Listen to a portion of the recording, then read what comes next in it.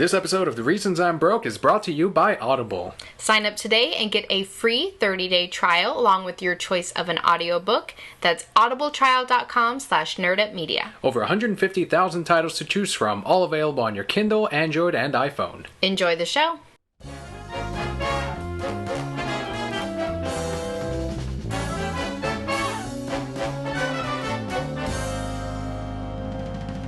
Hello and welcome to the Reasons I'm Broke podcast, bringing you the reasons we're broke, ranging from comics, movies, TV, video games, and more. I'm Daniel. And I'm Kelly. And this is episode 136 for any brand new brokettes out there joining us on this 136th episode. Welcome to the podcast. The way the show goes is we cover news first, ranging from comics, movies, TV, video games, and more. And then we cover the comic book pool list of the week. Mainly DC Comics, although recently with these Convergence events, it hasn't been too many DC, but still a lot of DC. You keep saying that, but I feel like there's more DC than there used to be. Well, this week there was, because we had a lot of those Convergence tie-ins, 2 of them. We're only going to subscribe to 3, 4 maybe of these Convergence tie-ins, and then they all land on the same weeks, like 3 this week and 2 this week. But we're going to have those reviews coming to you later on today. But first, we're going to cover something we don't do too often, anime news. Yes. So after 18 years, Dragon Ball will return with an all-new animated series, and this begins production this year. They pretty much tested the water. We had talked about it when they first came out with the first movie, and we said this is probably them going, okay, let's see if there is interest. Let's gauge this before we actually invest in an entire series. Let's put out a movie. In Japan, it's way more common to see an anime out in theaters. They do really well. Pokemon, every single one of those, if I remember correctly, they all go straight to theater. And they all do really well. Mm-hmm. Here, not so much. They go straight to Netflix, pretty much. But Dragon Ball Super is the name of the anime, and it will take place a few years after the defeat of Majin Buu. You ruined it. I was going to trick them and tell them it's called During the 3 Years, and it was just going to be about Vegeta and Bulma. You can always dream. That would be perfect. That's what fan fiction is for. So yes, takes place a few years after the defeat of Majin Buu. I don't remember seeing too much of Majin Buu, so I'm going to have to go back and watch it. It was not a great saga, to be honest with you. Like, you got some really fun characters introduced during that. I like Majin Buu in general. I'm glad he continues, and you saw him in the first movie that we checked out a couple weeks ago. But they're pretty much ignoring GT at this point. Yeah. Some people didn't like GT because it was different. Mm-hmm. I think we watched most of it, all the way up to the very end where he fought the dragon. But the first, first 25 episodes, it was pretty much Dragon Ball. Mm-hmm. Like him as a kid running around and they're being silly. And that's fine. If you're a Dragon Ball fan, I have a feeling you probably like GT. And we didn't have too much of a problem with it, but that's when it took that radical shift later on where he just starts turning Super Saiyan 4 and it's just battle and destruction everywhere. Oh, yeah. Is that when she had, Bulma had that machine that turned Vegeta into, Super Saiyan monkey? Yes, Super Saiyan 4. That was real weird. That's racist. That's what he becomes. That wasn't being racist. Yeah, Super Saiyan 4. The monkey form, because he's half Saiyan, half... I don't know if they have a name for that. I'm sure there is, but it's like that giant monkey form. Yeah, no. Like when he was a legit monkey, and they were like... And then he turned into the gold monkey. Remember that? Yeah. And I remember that. She had to harness the power of the moon or some nonsense. Mm-hmm. Okay, Sailor Moon. And because Vegeta had to cheat to actually reach Goku's level. Let Vegeta do what he wants, okay? Vegeta can do whatever he wants. Because he's the Prince of all Saiyans? Yes. And because he's Vegeta. So what do you think? Good news with the anime? I think it's great news. We loved the older series. We loved it even more when they turned it into Kai. And even if this has its flaws, we're going to watch it. We're going to love it. We're going to hear things like, my Bulma!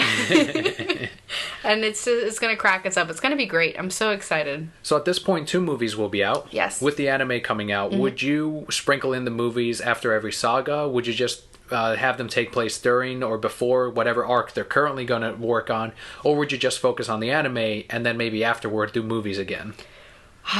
Are we asking me personally or me as a business person? Let's do both. Let's do you as a business person and then the Kelly. So me as a business person, yes, I would focus all my attention and energy into the series, into the anime, because that's what's going to keep people coming back every week and wanting to go see the movies. You know, you can pull in new fans as well as the old fans, and then after the saga, hey, here's this movie, maybe it makes it to theaters in the US, who knows. But my series is what's going to get people into this again.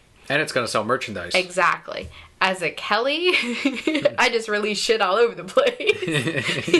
Here's this movie, here's this series, here's a mini-series, here's a set of movie. Kelly, we need to know where these take place in the anime. All at the same time!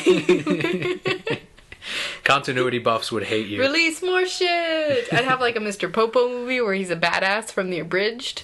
Oh, yeah. Be great. I'd hire the Abridged guys, be like, make more shit, guys, come on. Does this all count? Yes, it all counts in my main anime. Yep, that's what I do.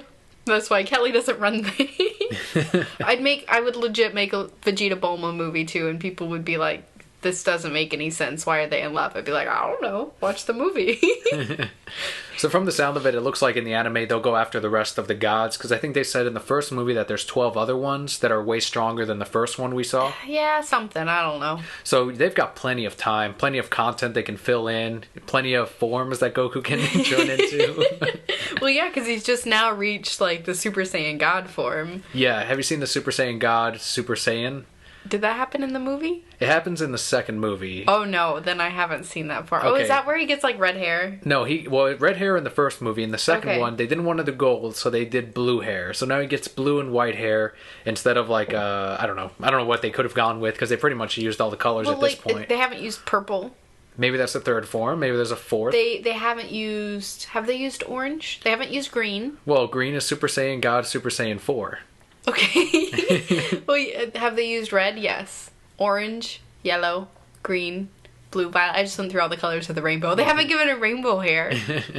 I think they should just switch up, like, maybe they'll add more forms to them, different hair, longer hair, kind of like what they did with Super Saiyan 3. Mm-hmm. We'll figure it out. We'll see what actually happens. He, has more clothes on or less clothes on, depending on the form. Like, he could change form and grow clothes. Yeah, that's what I was going to say. That. Yeah, like, his shirt is off, and then he turns another level, and it just comes back. His shirt comes back. Maybe he can, like... have like trees magnetically grown to him and he becomes a tree monster. But when he powers back down, the clothes has to like disappear again. Well, of course. Because that's a part of the actual form. Yes. I don't know how it materializes, but... I'm sure I've talked about this on the show before, but do you remember the Kids Next Door episode where they parodied Dragon Ball Z? Yeah. That was so great, and he rips off his own shirt because they always lose their shirts. Oh, that was great. They go from like regular male chest to like double D's. I remember in the anime they always zoomed in on the chest like bloom bloom. They're growing. I'm like, Jesus, like, do we need to see that?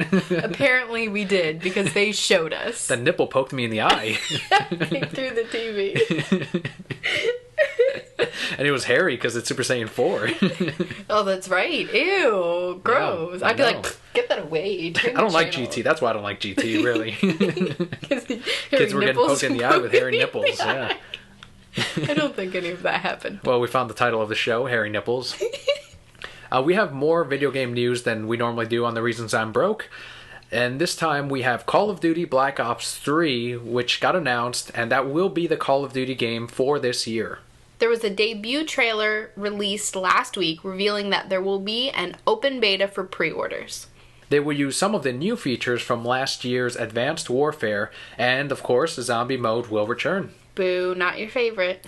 No, I really don't like zombie mode. When I used to work at GameStop, everyone would talk about zombie mode, like, where's the new zombie maps with the season pass, and do you play zombies? Let's play zombies. I'm like, you know what, I'll play Team Deathmatch all day long. Let's go ahead and do that, but I'm not going to do zombies, because frankly, I wasn't very good at it. Maybe I just didn't have a good team, or whatever. Maybe I just didn't know how it works. But if you get, like, hit once, if I remember right, you died, and I'm like, that's not how Call of Duty works. I'm supposed to kill these guys, run away, hide until I heal, stab them, get a UAV, and... But I'm excited because Black Ops 1 and 2 were my favorite Call of Duty games, and for a while there I wasn't playing any of them, and they just announced Black Ops 3, so they fucking got me. Yep, I remember. I was like in the other room and I just hear, ugh. And I go, what? I gotta play Call of Duty again. Because I put so much fucking time in that game. You did, I remember. Like, I can safely say too much time. Like, way too much time. Agreed. There are some video games where you can just get lost in, and at some point you reach where you're like, I really should be doing something else. Like, what am I gaining levels for? Just to entertain myself? And it's not really fun. It's more like continuous work until you get a satisfaction out of it. It's not like I was having a blast when I was playing with friends. Yeah, because we would talk shit on the mics, just to make them play worse, and mainly my friend. I would just laugh because he said some crazy shit. But otherwise, there's no word yet on whether Black Ops 3 will release on the 360 or the PlayStation 3. Probably not. I'm gonna guess it's gonna be on the newer gen systems. So you think at this point it's current gen only, and that's it? Yes, that is what I'm going to guess. But the release date we did get was November 6th, 2015. So this year. It'll be always pushed around back. the same time. It'll be pushed back. It won't be pushed back, trust me. No? Call of Duty always comes out on time. This is going to be real interesting because I'm pretty sure for the last two we were not living together. The last two Call of Duties? Yeah. Yeah, that's very true. So I'm pretty sure I'm going to bother you way more now. You might. I definitely will. It'll be exciting times.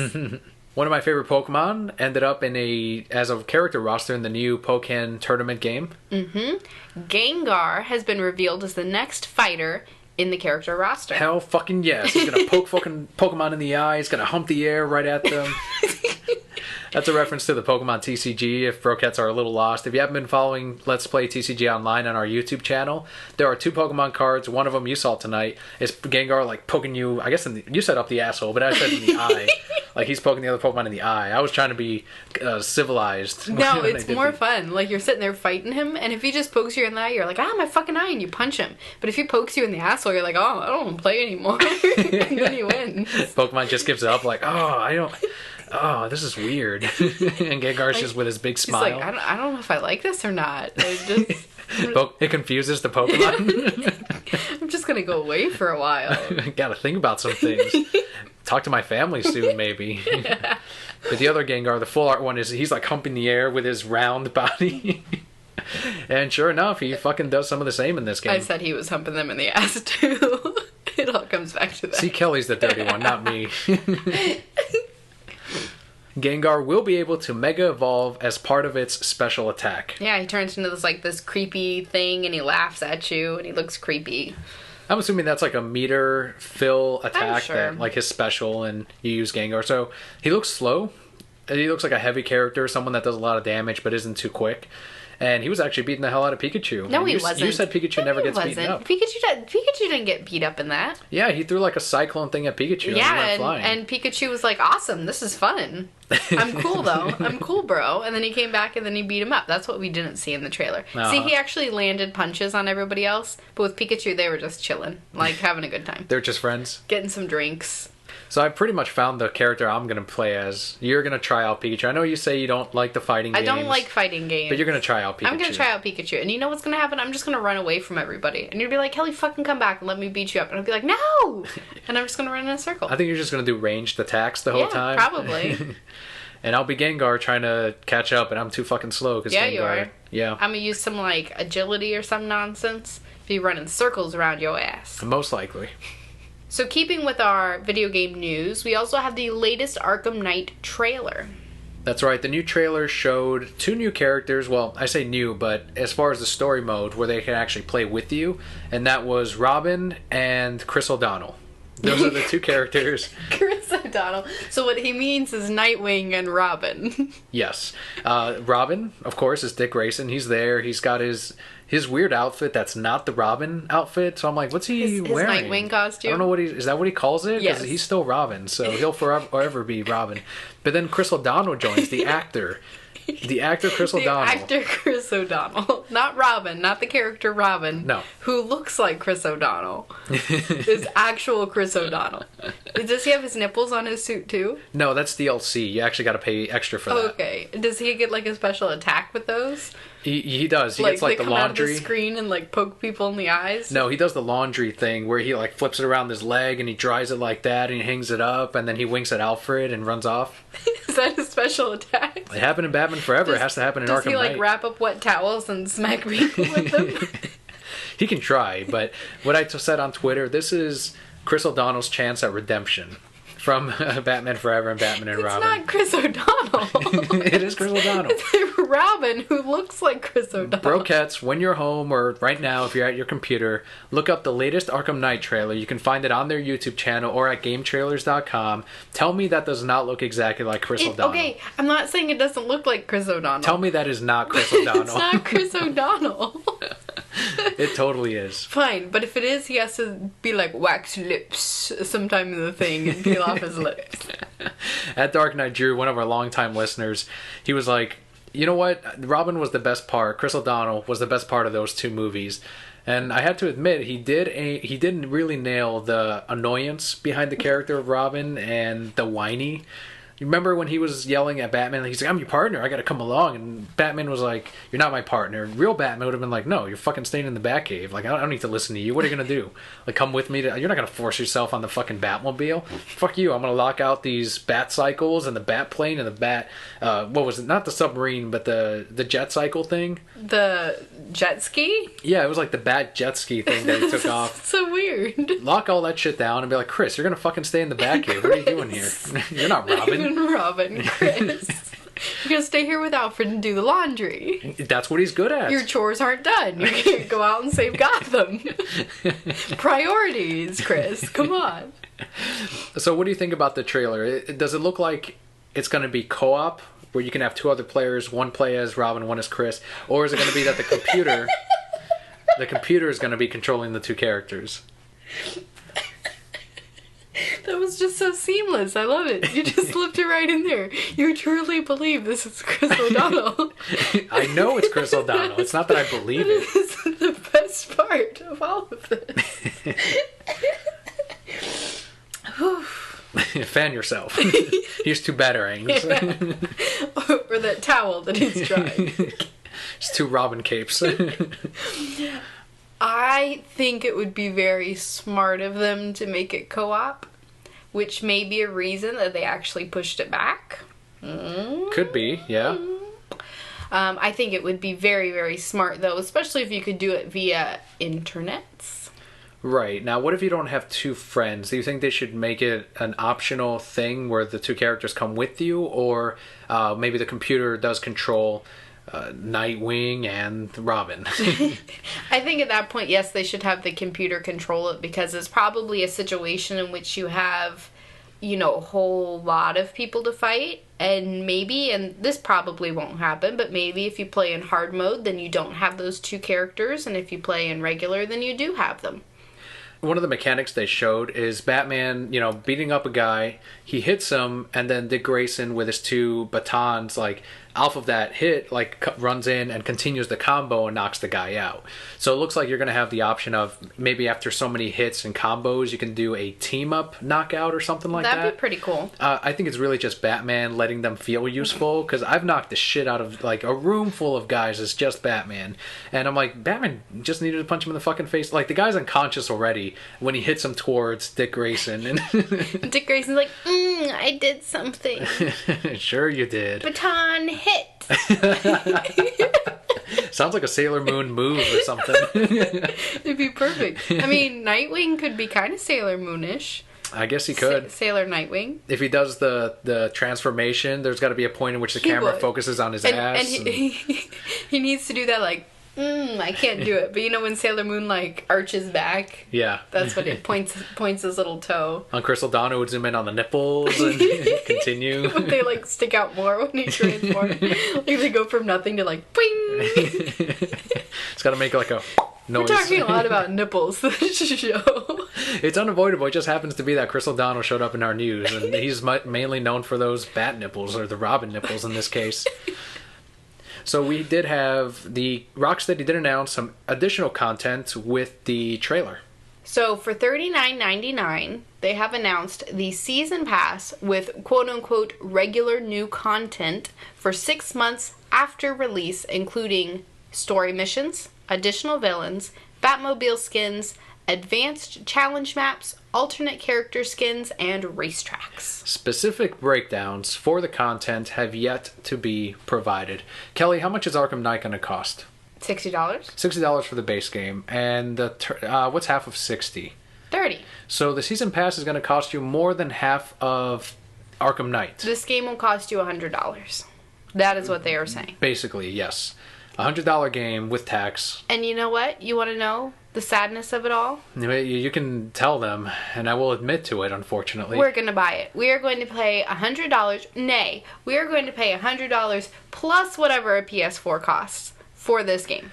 You're right, but I look, I got to nail them for this because the $39.99, and I said it on Twitter, I'm like, $39.99, you got to tell me what exactly comes in this other than generic information, and I'm not going to give them a fucking dime. If they didn't tell us and they said, here's the season pass, here's this content coming, I gotta be honest with you, I would not buy that shit. And you're right, they will say, here's the first wave of content, and then maybe I'll evaluate. Now, let me ask you something. Have they ever given you a season pass that you've been unhappy with? I don't think so, but the other season passes were only $20. They weren't Okay, $40 so this one's going to be twice as awesome. Theoretically, we don't know. What if they turn the entire game into animated series? Well, that's okay. Well, they have to announce that, and then I'll pay them whatever they want. I'll pay them a $60, because then I have Arkham Knight, and then I have Arkham Knight the animated series. That'd be pretty badass. That's two separate games. That'd be amazing. That'd be amazing. They're gonna give us something great. They've never not given us something great. This team understands what Batman is and what the fans want so much. And they're not gonna disappoint us. I get that it's a higher price point, but if we get better content because of it, then it's worth it. Yeah, hopefully. It looks like Racetracks was the new one that I was kind of intrigued by, so... I mean, obviously it means that you're going to be racing with the Batmobile and try to make better times, and probably you're racing around the city trying to avoid certain things. Maybe you're racing Chris O'Donnell. You don't know. He comes out on his little cycle. Well, you got to disable it right before you jump over the statue, like in the movie. I can make it! You can't. Chris, stop it. You're done. Can you, like, drive up walls with it? I hope... I don't know. You can't. They haven't shown that actually happening. But that would be part of DLC also. The first skin that they've announced for both Batman and the Batmobile is actually Batman 66. A coworker was letting me know today that Batman 66 and then the Batmobile from the 60s as well is the other skin. That's pretty cool. But you know, for you, all they had to announce is Batman the Animated Series skin and Batmobile for $40 and you would pay for it. Season 1 through 3, Batman the Animated Series. Yes. And you would pay for it. Most likely, yeah. They would know how to get me. Not even a question. It's going to be difficult, though, because the shape of the animated series Batmobile is so much longer than the one they have in the game. So I really don't know how they'd pull that one off. You would grapple around poles to go around corners. Maybe, that's exactly why they delayed it, to add this extra mechanic of a grapple. It would be... So that should be why. That should be why they did that. It would be so unsmart for them not to include the animated series with how well its merchandise has sold recently, though. Because you have all the figures coming out. There was that wave of t-shirts, and they have so much stuff on WB.com that's all animated series, and I'm sure it's all selling well, because hell, we've bought half of it. And we got that Batmobile coming later on in October. Yeah, exactly. So it would be so dumb for them not to include the animated series in there. Yeah, looking forward to more details about the season pass. But for now, it did get some negative reaction because of the fact that they're like, I think it was too soon, personally. I think wait till about a week before the release of the game and then announce the season pass. With actual content, like here's the first wave, all these skins, these Batmobile things, here's this character, Arkham skin or Harley skins as well, whatever it is. Yeah, one that doesn't make her look like Horseface. Give us animated series Harley Quinn. Okay, not Horseface Harley. And done. Perfect. We've also got some television news here. Moving forward, we've got all comics and all superhero stuff. First one being, as they decide on a second season, and NBC has actually put up all of season 1 of Constantine for free to stream on NBC.com. All of you, stop listening to us and watch it now. Watch all of it, binge watch it. Give them clicks, give them views. Put on a diaper so you don't even have to go to the bathroom. Bring some snacks. Watch it in the bathroom because you can pull it up on your phone. Oh, really? Yeah, that's of course pretty cool. you can. My phone's not that high tech. Actually, my phone probably is that high tech. I just don't know how to use it. But watch it all. Because NBC is likely gauging interest to see if there would be an audience for season 2. That's right. In May, supposedly, is when they're pitching and deciding. They're pitching the second season this month, and then they're deciding next month whether or not it will get renewed for another season. This month is almost over. It is. So they're going to start deliberating soon, and I'm sure this is a part of it. Like, here it is for free. You don't even have to have Hulu at this point to watch NBC or to watch Constantine Season 1. You can watch it all and trust the Brokettes here. Mm-hmm. Kelly and Daniel, we're telling you, we thumbs up on Constantine. It is the best comic superhero show you can watch. We like it more than Daredevil. Do you like it more than Daredevil? I do. And like Daredevil is excellent. Daredevil's Wilson Fisk is excellent. Yes, fine. And Ben and Stick. Those three characters, best part of the show, only reason I'm watching Who's it. Ben? Ben is the cop. The cop that they keep getting the information to. He has his wife. I'm not going to spoil it to people I haven't seen it, but he has his wife in the hospital. No, he's a reporter. He's not a cop. Whatever. He's a reporter. Fine. But Ben, Stick, and Wilson. Wilson's the best. I like his woman, too. But yes, and if some of you Brokettes who have been with us for a long time remember, I hate Constantine. The character of Constantine. When I read him in the comics, I hoped he died, and I really did not want to like this show, and I can safely admit that it was one of my favorite shows when it was on. And you like TV show Constantine. Yes. If in the comics they were to open up a portal and comic book Constantine, the Hellblazer, would be sucked into it, and then in came television Constantine, he's like, oh my god, what the hell just happened? And he just continued in the comics from there, you would pick up the fucking comic book. I probably would. Like, if I knew that that's exactly what happened, and I don't even care how it happened, if I just knew, then I'd give it a shot. But then if he turned into, like, shitty comic book Constantine again, I'd be like, TV Constantine, you tried. You tried. That's funny. So yeah, check out all of season 1. It's a great show. Another show that you should check out, because this was also one of my favorite shows for a long time, is Robot Chicken. And they've actually announced they will team up once again with DC Comics for a third special. This one is titled Robot Chicken DC Comics Special 3, Friendship is Magic. I love this summary. I love it so much.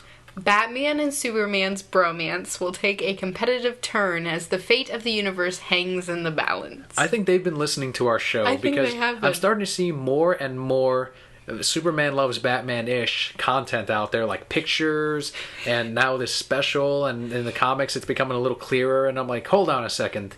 Kelly pointed that out first and discovered that first. I did. I discovered a lot, but maybe other people are as smart as I am. I think, well, no. They looked up Superman Loves Batman. That's what I'm going to go with. They looked up hashtag Superman Loves Batman. And then it was spread all because us. It's fucking hilarious. It is. It's great. And it's totally the truth. Nobody can deny, nobody can read anything Superman and Batman and say that Superman isn't in love with Batman.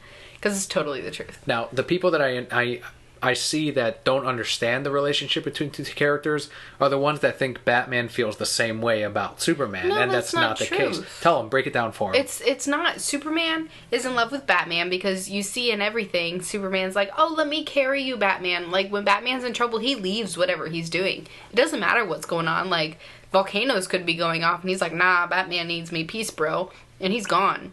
And Batman's just like, I don't need you, I do what I want. And Batman doesn't need anybody. Batman, just like every other woman in his life, he goes to them when he needs them. Or in Superman's case, he uses Superman.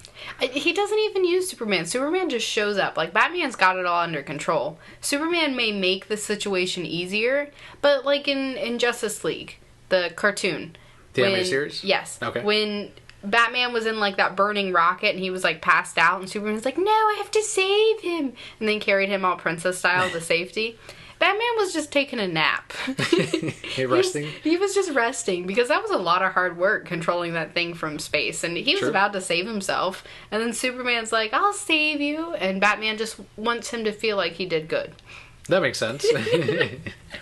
So remember, Brokettes, Superman loves Batman. Batman does not love Superman. Nope. You know, we haven't played that theme song in a while.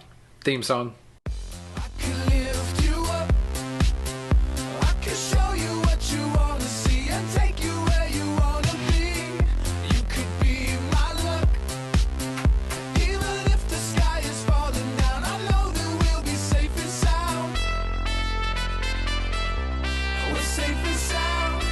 And now it all makes sense to you all. Yes. Yes, absolutely. It should make sense to everyone all the time.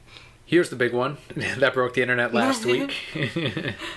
And we're going to give our opinion on this, of course. Suicide Squad director David Ayer tweeted the official full image of Jared Leto as the Joker last week. Mm-hmm. went all over the internet. Like you said, broke the internet. Everybody has an opinion on this picture. Including Broquettes. Do we want to give ours first and then head on over to Broquette opinions? Let's head over to the Broquettes first. We've got tons of them. Yes. So we'll go ahead and alternate. We're going to start off with the Instagram Broquette comments. First one is from Christy Mena. That's at Christy Mena. Said, quote, "Dude, don't even. I'm so disappointed it's not even funny." Next we have one from at Matt Zacht. Matzatc. Zacht. Who says, "Not a fan. I can't quite place why, but something about it just doesn't sit well with me. Maybe it's because I get the gangster vibe with the teeth and tattoos. To me, the Joker, while crazy, seemed to have it together. One of his most well-known outfits is a suit. This is too far in left field." Okay, so he feels the pendulum kind of went one way and never swung back. And finally, the last one on Instagram is at Captain S America, who said, "I don't mind the look. The tattoos just look too clean, I guess. I feel like if the Joker had any tattoos, he would have done them himself in his cell at Arkham. They'd be messier and show more desperation." All wonderful opinions. Next we have Broquettes from Twitter. First we have at Febzilla, who says, "I'm a little confused. Not sure what they're going for." Next Broquette from Twitter is at The Irish on Fire, who said, "More makeup and insane clown posse will sign him to psychopathic. Not impressed at all. Hashtag Joker Thug Life. Hashtag Juggalo." Next we have at Mac the Murderer, who says, "Looks like a guy who is a fan of the Joker and wanted to look like him. Maybe looks better with clothes." Well, it would hide a lot of the tattoos, wouldn't it? At Dark Knight Drew said, "Slightly underwhelming. It looks okay. To me, it seems like they're trying too hard." Next we have, and I apologize if I can't say this correctly, at my Maneki Neko. Yeah, it's hard to see this one, but it's actually underscore my Maneki Neko. Oh, wonderful. Who said, "I don't like it. Not saying he will do a bad job, but no." Also, we have at Lethal Lab Proj, who said, "I see what they're going for as a reader of the comic books, but I'm just not sold on the casting choice. We'll see." I guess he was referring to All-Star Batman and Robin, in which the Joker had a huge dragon tattoo going up his back. Okay. And then some of the rest of it going down his arms. And finally, we have at Cadet Bengert, who says... I think it's Cade Bengert. Oh, yeah, I can't read. I'm sorry. Who says, "Mixed feels. Seems like more of a street thug than the clown prince of crime. Glad they didn't just copy Ledger, though." So I think, for the most part, most of them were pretty level-headed. A lot of good reasons. And do you want to start with your opinion or go with mine? You can go first. Okay, personally, I'm not a fan of it. I understand that they're trying to really go something different than what they've done before, and I appreciate that.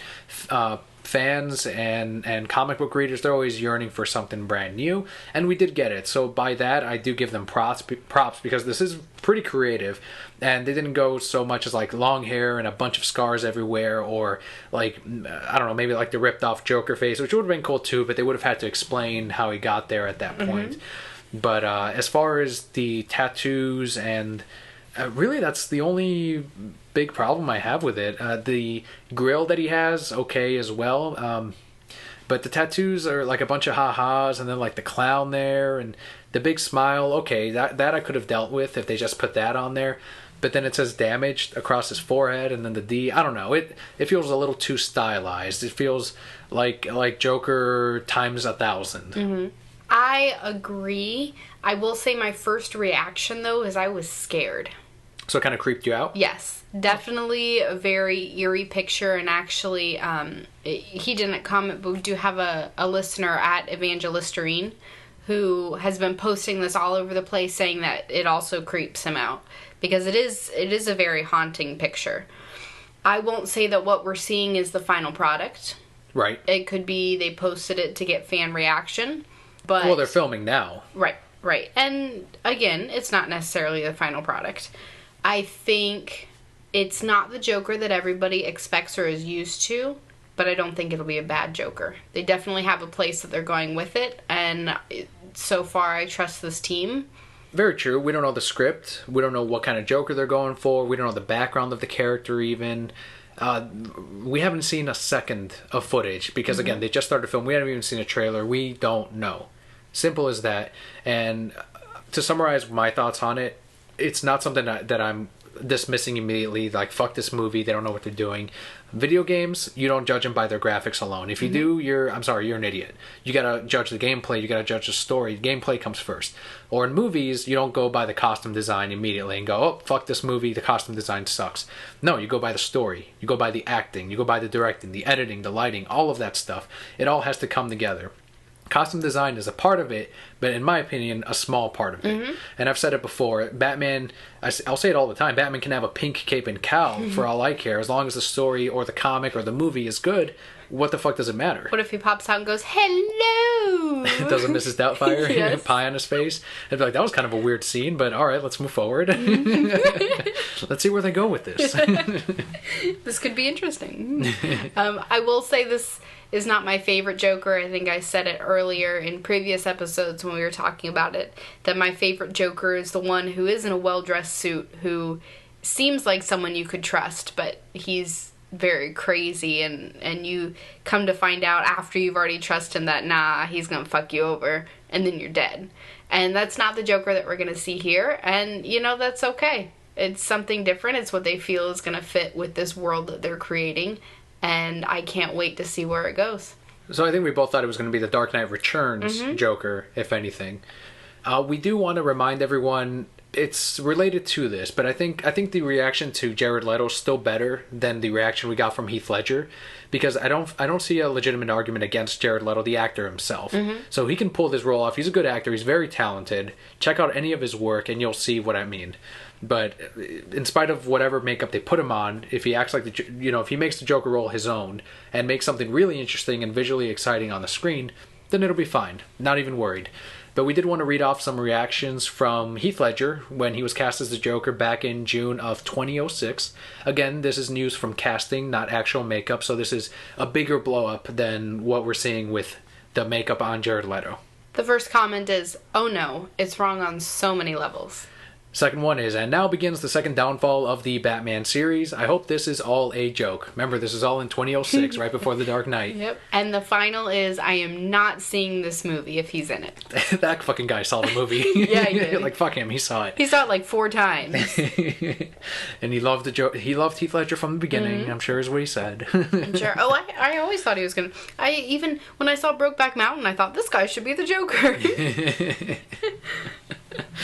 I remember too, one of the things I remember specifically was, oh, we got a gay Joker now because of Brokeback Mountain. I remember so many fucking people said that. It's a gay Joker because of some other movie that he acted in as an actor telling a story as an actor. Even if the actor was gay, like, what's to say that he's actually going to play a gay... What, did he write the movie and he's like, I think Joker's going to be gay? Like, no.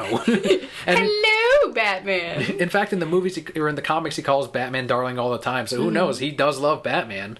That's another character that loves Batman, along with done. Superman. Let's do it. Gay Joker. Fine. Cool. We got him already. It was the Brokeback Mountain gift Joker, who won a fucking Oscar. We did get a question of the week, and this is from @TheIrishOnFire, who gave us some comments on the Jared Leto Joker earlier. He did ask, why do fellow nerds gotta hate on you, Daniel? Listeners need to know.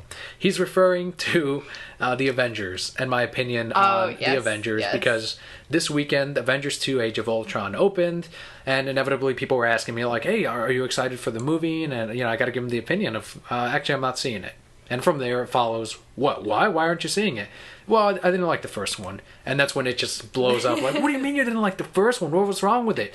Well, I just need more substance in the movie. What are you talking about? It's a movie, not a fucking novel. And I'm like, you're right. And some novels are bad. Like, it's just, some movies are bad. And I tell everyone, and I have to, every couple of episodes, someone has to ask me, or I have to explain why I don't like these movies, or the Avengers in this case.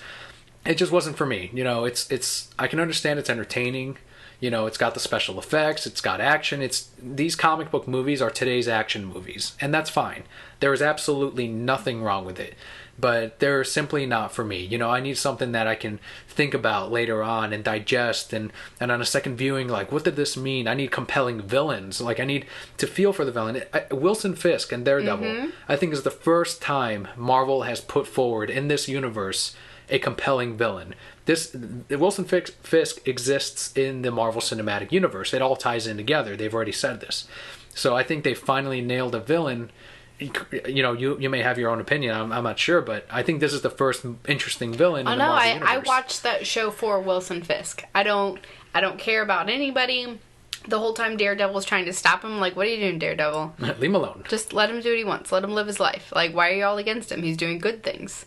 Like, they've created a villain that I don't feel is doing bad. Like, I get he's killing people, but I'm like, well, they probably need to die.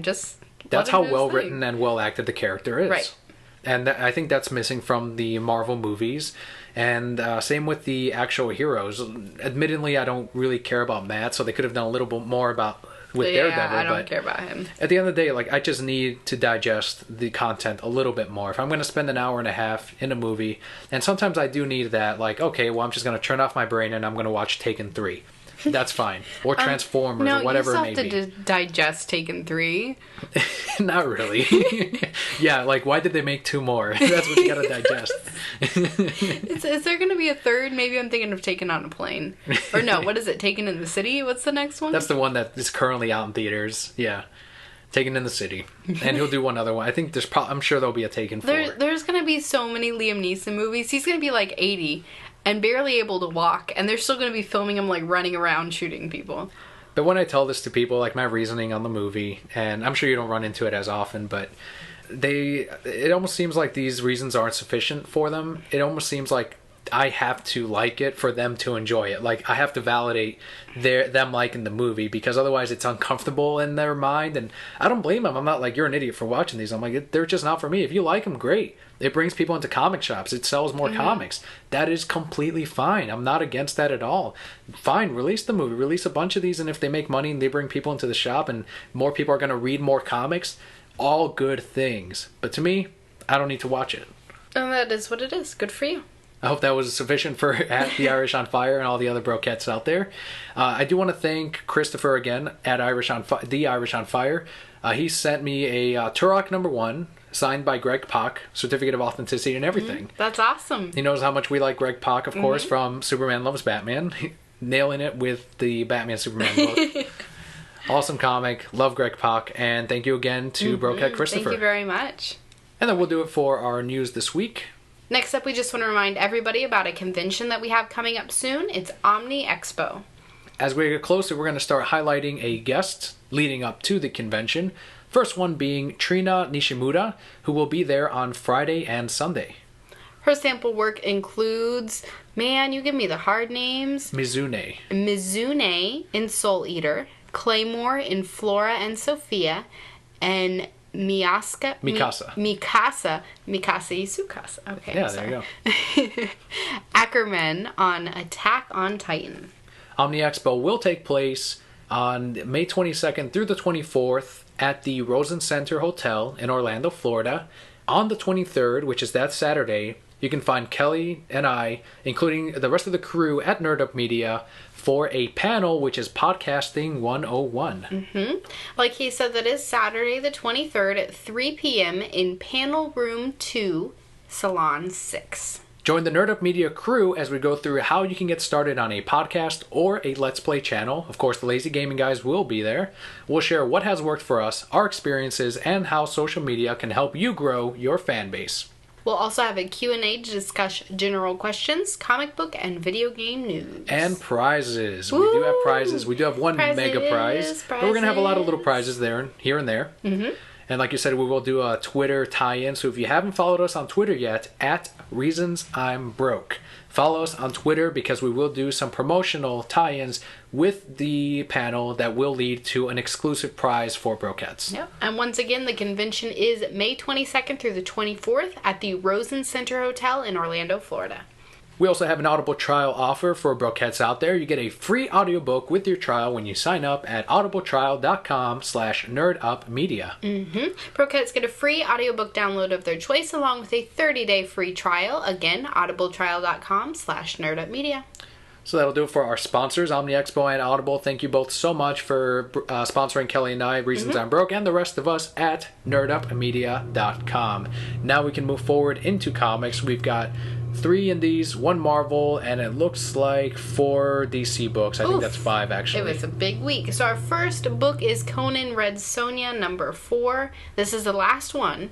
Yeah, in this 4 of 4. series. So sad. This is written by Gail Simone and Jim Zub, with art by Randy Green, and the colors is Dave Stewart. It's sad and happy because that does make room, or at least it makes it a little bit lighter on our load and easier on our wallet, especially with all these new titles starting in June. But what'd you think of the finale to the Conan Red Sonja team-up? They didn't get it on. Well, they got it on at one point in the series. No, they didn't even get it on because then his arm started doing funky things and they couldn't do it. Well, I'm sure at the end of this all, they got it on. But we don't know. We don't know that they got it on. I wanted to know that they got it on. Well, anyway, I think the ending, personally, with the whole arc, it was a little bit weaker. I felt like they built it up in number 3 so much, where the relationship between the two, obviously one wasn't going to die or the other wasn't going to die. Right. But the villain in the end was very stoppable. Like, here you go, stab, done, you're dead. This in your face. Ah. And step on it. And now it was you're a little too dead. easy for me. I can see that. I was a little confused because everything started happening really quickly. I'm like, oh, where'd this portal come from? Oh, where'd Starro come from? Out of nowhere. And then magically, just like Lion King, like the rain just comes down and melts all the badness away. I was thinking, you said Lion King. I'm like, when did the sun come out? And everybody's saying, what was that last part? Nicki Minaj? Ooh, Red Sonja. I like the series in the end, but I think the Red Sonja solo series by Gail Simone is stronger than what this was. I agree. And then we had the whole story in the beginning. It was all a story being told to a prince, and we never got to see the payout from that. No. He's like, and then the legends were born. And I'm like, what was your point? What's the moral of your story? Yeah. They're legends that didn't get it on, and they should have gotten it on, but we'll never know if they got it on. Oh, well. It was still good. I still recommend it. Overall, it was a good miniseries. Next, we have Red 1, number 2, apparently of 2. We're going to talk about that later. What? Yeah, well... Oh no, we did. We talked about it. Okay, written by Xavier Dorison and art by Terry Dodson. I still really enjoy this. I think last book that came out, it was actually my pick of the week. I believe so, yeah, last month. And this one was really great also. I think it still has a wonderful message. Still a lot of fun. I love the character of Red 1. I think she's so much fun. She's really relatable. Yes, she's a ton of fun. It's a comic that's could have taken place sort of in the 70s. I feel like it could have been a 70s movie. And the comic is funny, it's sexy, it's got action. And unfortunately, some people view that as a sexist comic because she's... I guess they feel like she's exploited. I don't know how you feel. How would you feel as a woman reading this? I don't feel like she's exploited, though. That's the greatest thing about all of this is, yes, she's got a costume that's very low cut, but she's going... So one of the main aspects of this comic is the porn industry. Right, that's a huge part of it. Yeah, so there's a lot of porn stars. She's going to movies or she's going to parties where there's porn stars and all this kind of stuff. And at one point in this book, she actually gets asked, are you uncomfortable with what we do? Does it bother you? And she goes, oh no, sex doesn't bother me. And he's like, oh, you want to star in the movie? And she's like, maybe someday. But how is that exploiting? That's something that she appreciates and wants to do. I don't feel like she's being exploited at all. I guess they talk about more of the moments like when she's like, where's that vodka fountain? Because she loves vodka. And, it's right over there on the other side of the pool. And she's like, I didn't bring my swimming trunks. And he's like, you don't need swim trunks at my party. So she just strips, goes over to the other side, and everyone stares at her. And there's a panel of just like her body with like the wet clothing. So I feel like that's probably what they think is exploiting. I mean, I could see that too, but at the same time, she's a sexy woman and she understands that she's a sexy woman. And that is, we saw it in the first one where she's sleeping around with 3 or 4 people at the same time. Like, that is who she is. That's a main part of her character. And if that wasn't something that she wanted to do, she wouldn't have done it. Would you feel the character would suffer if they removed that, where she's just sleeping around with whoever she chooses? Because she's not being taken advantage of. She's choosing. Right. She's which choosing may not to live change this it lifestyle. in the minds of a lot of people. And I feel like if we didn't see that part of her, no, the character wouldn't really suffer, but do I feel that it would have been as deep or as because, okay, here's the thing, and it happened in the 70s, and it happens now, which is really sad, is women aren't supposed to like sex. Women, and I'm getting into a whole, like, woman discussion, and I apologize, it relates guys, to this. but we're not supposed to. We're not supposed to think about that, or be interested in porn or anything like that. And this book is showing that, yeah, that is something that women are interested in. You know, even back then, even now. And that's really hard for people to comprehend and understand, and that's seen as exploitation, and that's really sad. It probably goes back to the comparison of a guy. If this was a male hero sleeping around, then he'd be viewed as, I guess, admirable. Look, he slept with that and that. Like, it'd be looked at as a quality, a positive quality. But if a woman does it, then, you know, they may call her a whore, or she's exploited, or whatever you want to call it. But I feel like the way that Xavier Dorson and Terry, because I'm sure they collaborated on the story, the way they handled how she goes about this, it's not just...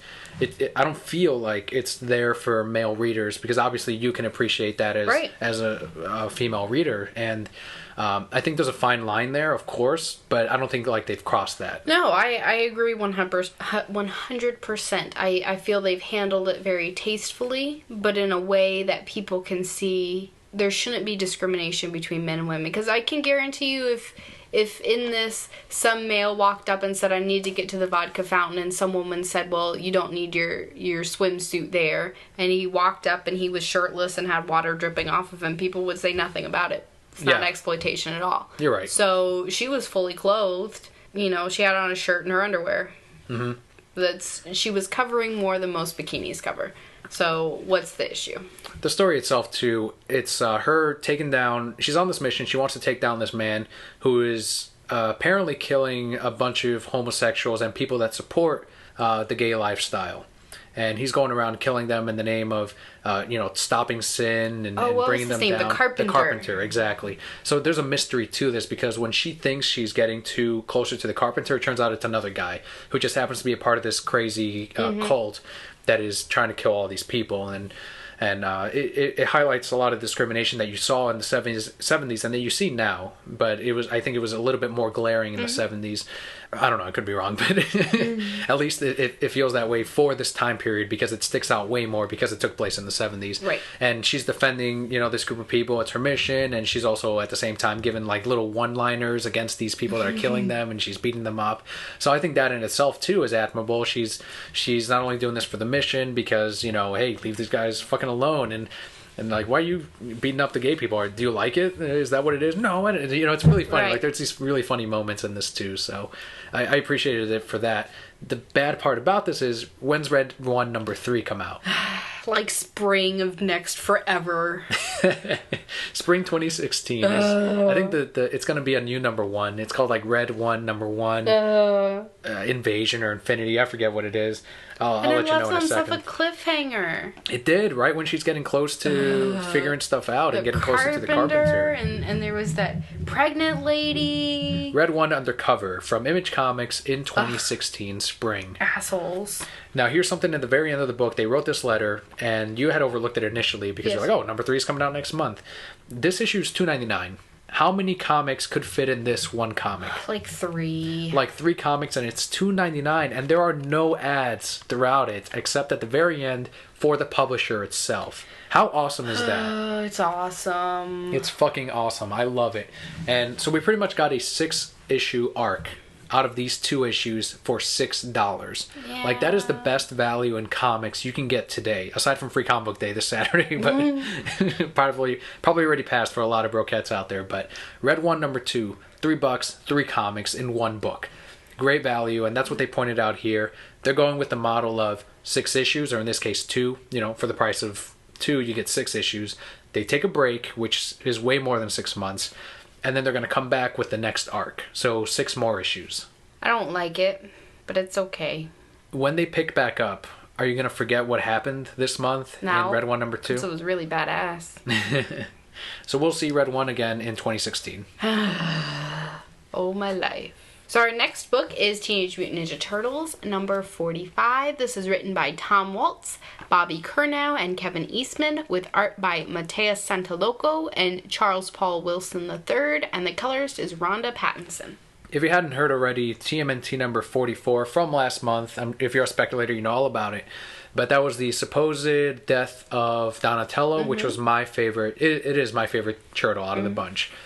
And if Michelangelo had died, it would have taken a whole different turn. I don't think Donatello's death is as deep as maybe Mikey dying or maybe Raphael. If Mikey died, everybody would fall apart, man. There'd be no TMNT. Who would eat all the pizza? Be nobody. But I'd have to step in and be like, nah, guys, I got this pizza thing down. This is basically Donatello's journey from death as he tries to recover. And we've seen the spiritual side of the turtles and the ninjas and all of that before. But now it's Donatello is experiencing it for the first time. You see where he goes from here. Obviously, they're never going to kill off one of the turtles permanently. No, of course not. So you see where the outcome ends up being and where that new status quo will be for the turtles moving forward. We also get a really surprise twist in the end that I wasn't expecting of what happens to Donatello. Right. But I will say, and this could be completely off base, and I don't think it's spoiling too much, but Donatello does see their mother. Right. In this issue. And she has appeared several times in the series just already. like she did with Leo. Yes. So I'm wondering, there's still 2 turtles left. Are they going to come full circle and something is going to happen in the next few arcs where they're going to meet her as well? It's very possible, yeah. And then they all get together and become a new, better turtle teenage squad. I think they all grow together as they have been in the series so far. So yeah, it's a really good series still. I think it was more of a catch-up book because everyone is recovering, including the villains. It's basically what it is. You got to take a break after you had a ton of action as we did in the last 3 months. So that's what this comic was. Next we have our one Marvel book of the week, and that is Silver Surfer number 11, written by Dan Slott, art by Michael Allred, and colors by Laura Allred. This was tied for my pick of the week. Yes, I have 2 pick of the week. You can't tell me I can't have 2 pick of the week because I already decided I have 2. You're right, it's out there. So Silver Surfer number 11, why was that one of your picks of the week? Okay, well first, and you kind of helped me out a little bit because you told me how I had to read this because it was kind of cray-cray and like a crazy infinity loop. Yeah, you need instructions to read this You don't comic. need instructions. You could have just followed the thing. Anyway, you got to turn it like upside down at one point and then read back to the beginning. And it's pretty much the same story told from 4 different points of view. Exactly. The first time you read the first loop, you're a little confused because there's some gaps going on, but you see it, like you said, from one point of view. And as you continue down the comic, down the infinity line, and turn the comic upside down and read it back over, all of the gaps along the way get filled. It's very neat. It's very creative. You don't see comics do this too often. And I felt it was executed very well, aside from the fact that I was initially confused as to how I was supposed to read this, because there were no instructions, like not even like a little editorial note like this way first and then the rest. But otherwise it was a lot of fun to read. It was a lot of fun. I thought it was a really good story. I had a lot of ups and downs in this, which is always my favorite when a comic can make me like, yay, no, you stupid man. I feel like you learn more about all the characters, just a little bit more. The aliens were French, which was pretty cool. They said like we and sacre bleu things, which made no sense, but whatever. I just gave it to them. Okay, French aliens. And we get to see a growth with Dawn and Silver Surfer, and it leaves at a point where anything can happen. Yes, their relationship reaches a pause of sorts, and that's where I feel like readers like you and I, who are following the love story, are kind of like, well, what does this mean for them now? And I kind of agree with both parties here, because one is starting to warm up again and the other is like, well, no, this is not happening anymore. So it'll be interesting to see where the healing begins for the relationship of the two characters moving in maybe 2 issues or so. I still think that Dawn was stupid, but whatevs. She can have her like little PMS moment this time. Men never say that to a woman, please. I would never say that on this podcast even. I'm a woman, I'm allowed to say things. But yeah, something like bad happens where, and I think that's really gonna kick her, where their connection is no longer there. Like, she's always had a connection with him to this point, and now it's gone. And I think that's really gonna make her realize, like, oh, this isn't something that I want to lose. I can work past this and can understand where he's coming from. So we'll see, like you said, hopefully in the next 2 issues. On to the DC Comics of the week. First one being my pick of the week, and that is Batman number 40, Endgame Part 6 of 6. That's my second pick of the week. As well it should be. Good comic. This one's written by Scott Snyder with art by Greg Capullo, and the colorist is FCO Placencia. Another book that speculators are snapping right up, and that is because of certain events in the issue. Silly. Hopefully Brokettes out there were able to get a copy of either the main cover or the very sought after now, The Mask movie variant, which is, at the time we sold it, it was $10. It probably went up at this point, but $10 variant. Otherwise the main cover is cover price, of course. Mm-hmm. This is the end of Endgame, and if you've followed Divergence or the Free Comic Book Day issue that is coming from DC, you already know about the new bunny-eared Batman, the armored suit Batman, whatever you refer to it as. The new Batman. And why there is a new Batman, and that happens because of Batman number 40. But it's not what we all think it is, so just calm down, everybody. It'll be fine. Oh, yeah. It's comics, guys. Right. Right. Speculators, relax. Like, it's not a thing. It's not ever gonna change comics as far as Batman goes to this point. Like, it's gonna be different for a year or however long they decide, and then it's gonna be different for like 2 months. Please, come on. It'll be a year. I give it a year. Come on. I don't even give it a year. Is this a bet? What are we betting? We'll make a bet. I say a year. Say a year. I say maybe 7 months. No, you said 2 months. Well, now I'm going maybe 7 months. Okay, 7 months, 1 year. Okay. We'll see who's closer. Mm-hmm.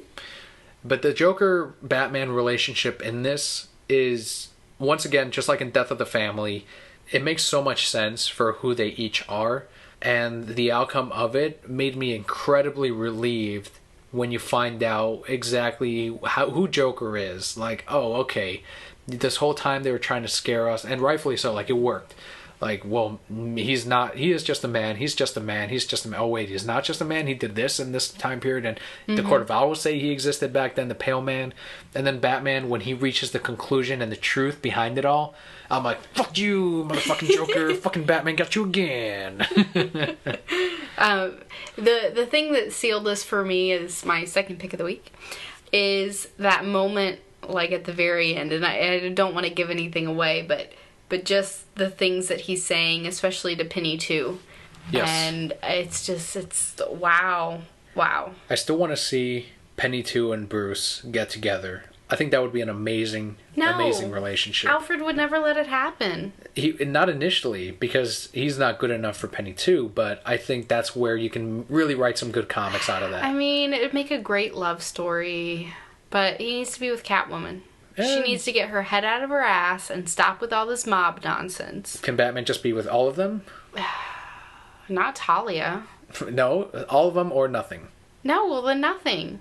That makes no sense. That's not very Batman-like. Because my hate for Talia is greater than Bruce's pleasure of everyone? Than my love for Selina and Bruce. Mm-hmm. Mm-hmm. Anything else to say about Batman number 40 before we move on? It's great. I don't want to spoil anything. We could talk about it probably for the next hour. So buy it. Buy all 6 parts. Buy it. Pick it up. If you want to talk to us about it, hit us up on Twitter. @ReasonsI'mBroke. Mm-hmm. Our next book is Convergence number 4 of 8. This is written by Jeff King with art by Steven Segovia, and the colorist is John Starr and Peter Stegerwald. This is the 4th week we've said his last name. Stegerwald. Halfway through Convergence, still not impressed. I'm still not going to get his name right next time.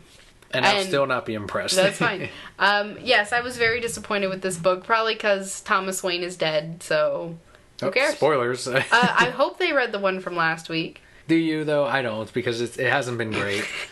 Well, if you haven't read the one from last week, Thomas Wayne is dead. Well, there you go. You solidified it. I will give this issue this. Up to this point, I still don't care about these characters. I don't Nope. care about the story. Nope. It's not compelling at Nope. all. But they have started to touch on Talos's doubt. Like, he is thinking now, like, maybe what I'm doing isn't right. Maybe Brainiac is the bad guy. And that's where I'm like, okay, let's explore that. Go in that direction instead of focusing on these other characters like the Magician, Dark Guy, and... Who's he? I have no fucking Let's make idea. up a name. He's a plot device. That's who he Dracula is. Magician. That's who he is. Dracula Magician. So explore Talos, explore his conflict with Brainiac and what his actions are at the moment and how he's interacting with these other characters who are lesser than him, they're weaker than him, but he's also helping them because one of the characters in the story he saves from death, essentially. Yeah, I kind of feel like they have a romance. I didn't see that at all. I totally saw that. He was like, you're trying to do these things, but let me heal you, and then we can go do these other things. That's exactly what happened. Is Talos a queen? Is that what he is? Yes. And he's fabulous. He's just perfect. He's, I want you all to fight each other. But Talos, you can save all of us. Or you can fight each other. Fight for me. Whichever one wins my affection. Essentially, yeah. But that's what I wanted. And that's what I hope it continues in 5. Well, we and still have if four- Broquettes have four dropped it at this issues. point, I don't blame them at all. I would have, but you liked the last 3, and this is the first one so far that has kind of faltered. We only got 4 more. Whatevs. Yeah, now we reached the point where it's like, fuck it, halfway there. What's another 4 weeks? Yeah. Next we have Convergence, Action Comics #1, written by Justin Gray, art by Claude St. Aubin, and colors by Laverne Kadzierski. Is that what you say, Convergence now? Convergence. Well, that's how you say when there's a tie-in. So it's not Convergence, it's Convergence Action Comics. It is Convergence. Red Sun appears in this fucking comic, Yes. which is the only reason we bought it. I actually really, really liked this comic, too. I thought it was good. Yeah, there was a lot of jumping between 2 different points, and I felt like they did it really, really well. I wasn't confused or lost at all. You were kind of in it. Oh, I might have missed that one. Yeah, there Was was there a character that totally, looked like me? Totally. He just didn't have a ponytail, but I thought he had a ponytail. You'll find him. Just flip through. You'll see him real fast. Okay. But otherwise, Power Girl makes an appearance, Mm-hmm. Superman, Red Sun, Wonder Woman, Red Sun, Stalin, Lex Luthor, Lois Lane. Yep. If you liked Red Sun at all these characters do return in this. Mm-hmm. I will warn you, though, it does not feel like Red Sun when you're Nope. reading it. It doesn't quite reach that level of storytelling. The talent isn't quite there, and I'm sorry to say that. Like, it's kind of mean to say it, but it's still a good comic. Mm-hmm. It's nice to see these was- characters back. I think Lex Luthor was the closest to the Red Sun book. Mm-hmm. It was still really enjoyable. I like that we get to see 2 different parallels of Lois Lane. So you have the one where she's married to Superman, you have the one where she's married to Lex. And I feel like when these 2 worlds collide and they fight, that's going to play some kind of role in there somewhere. At least I'd hope they'd be smart enough to do that. Do you hope that Red Sun will make it and continue in the main universe, or do you think they should just put this to bed after Convergence? You know, I really like the Red Sun universe, but I think it will go to bed after Convergence. I think this will be it, because as much as I enjoy Red Sun, I think it was great as the one book that it was, as a what if. And if they pull it into a, well, this is what it is, I don't feel that it would make people too uncomfortable. That makes sense. But if you want to revisit the Red Sun universe, absolutely, we would say check out Convergence Action Comics #1. Next, we have Convergence Shazam #1. Yep, this is written by Jeff Parker with art by Doc Shaner, and the colorist is Jody Belair. This felt like a comic straight out of like the 40s, 50s, 30s. I was real thrown off. I'm like, this isn't my Shazam. But I did really enjoy it. It was real campy, and the kids like are spying on people, and it's like, how'd you get there, kids? I don't know what you're doing. Doc Shaner fucking nailed the look of the older Shazam, Captain Marvel comics. Like, it is exactly like that. It plays... their villainous plans are so lighthearted that it's like, oh, he's definitely such a fucking badass, that guy. But I know it's clearly just Shazam Is that what he said? villains. He's such a fucking badass. Like, we're gonna stop you with this fucking ray and all these complicated plans just to stop you, and we could just kill you now, but we're not. We're gonna explain to you the plan. Like, all of those little tropes Yeah. are there, and that's why I adored this comic.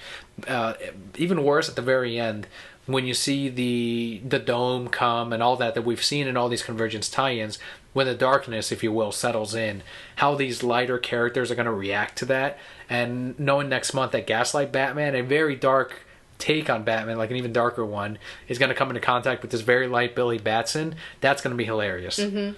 Yeah, it's going to be wonderful. I did really enjoy it. Like I said, it threw me at the beginning because I was expecting my Shazam, not this older Shazam. But it was still so much fun. I really got into it. And every time that the guy was saying that word that he wasn't supposed to say, I'm like, he said that word. He said it. What's going to happen? If anything, for the art, gorgeous. Mm-hmm. Gorgeous art. If you want to see something that's similar to what the old Captain Marvel books were, you've got it right here with this Shazam #1.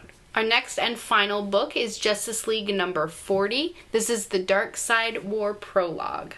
This is written by Jeff Johns, several artists here. They broke it up into several pages. We've got Jason Fabok, Jim Lee, Scott Williams, Dan Jurgens, Phil Jimenez, Kevin Maguire, Jerry Ordway, and Scott Collins. And finally, the colorist is Brad Anderson and Alex Sinclair. You mentioned earlier, it kicks off the Darkseid War, which will be continued after Convergence. Mm-hmm. After Divergence as well, which is the free comic book day issue.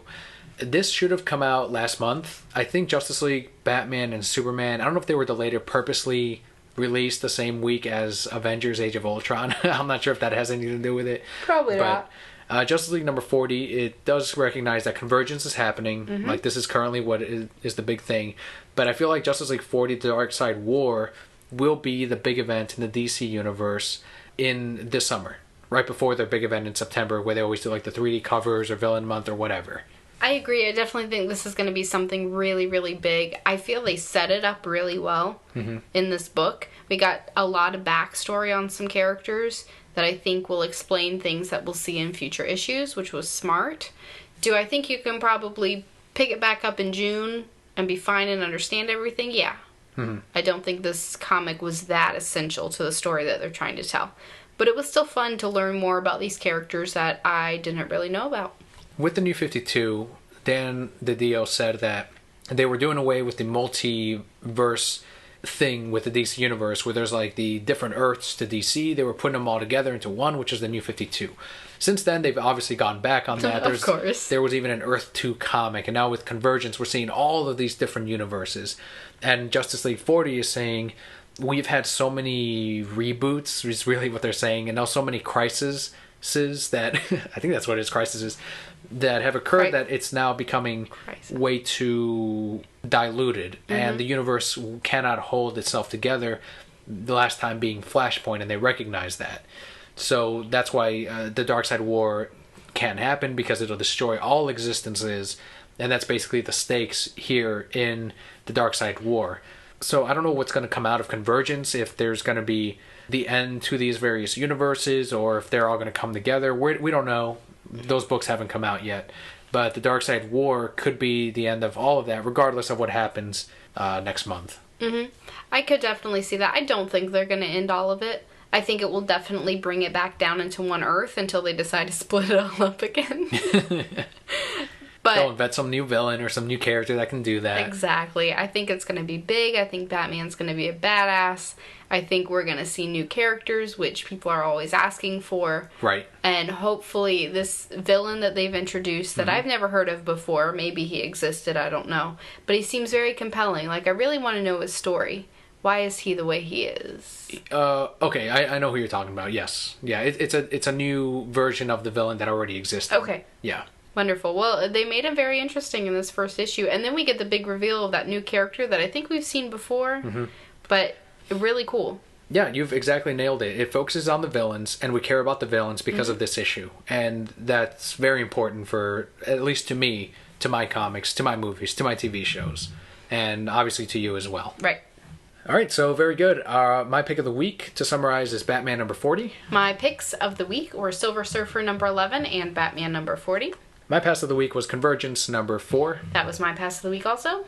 And that's basically it for the podcast, the comics, and the news this week. We want to remind you to follow us on Twitter at Reasons I'm Broke, or on Facebook. Go ahead and like our page, facebook.com/The Reasons I'm Broke. To see everywhere we are, you can head over to nerditmedia.com and click on the Reasons I'm Broke link. That will give you a link to our iTunes and everywhere else that the podcast is listed. And if you could leave us a comment, rating, or review, we would appreciate it so much, and we will definitely read any comments on the air. While you're on nerdupmedia.com, don't forget to visit the shop, nerdupmedia.com/shop. You can pick up one of the Nerd Up Media shirts. Comes in red, gray, black, pink, and blue. They come in a variety of different sizes for both men and women. For a donation of $16.99, that includes shipping. You can get one of these shirts. Helps us out with our server costs, upload costs, and of course with the podcast. And hopefully moving forward, we can get the word out on the rest of our shows on nerdofmedia.com, which a lot of you broadcasts have been doing a great job of doing. Thank you very much. We always appreciate spreading the word and letting your friends know about the show. Thank you everyone for your continued support. I'm Kelly. And I'm Daniel. We'll see you next week.